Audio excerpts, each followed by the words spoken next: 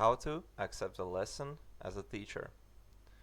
So you started working with us and somebody has booked a lesson. First of all, you will receive an email notification, and next step is going to your dashboard.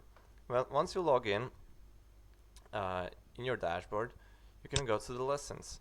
You can see that Rasmus has booked a lesson with you. It's a status pending, and all you have to do is accept or cancel the lesson.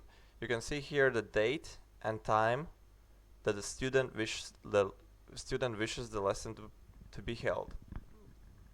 So in this case, it's 12th of July 2019 at 4 a.m. your time. What you do, I would like to accept this lesson, so I click accept.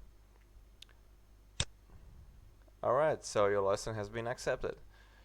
You will receive a notification in your email. You can see the student's Skype name here, so we advise you to already add the student before the lesson and be online on Skype a few minutes before the lesson starts. Always remember to be prepared and bring a good attitude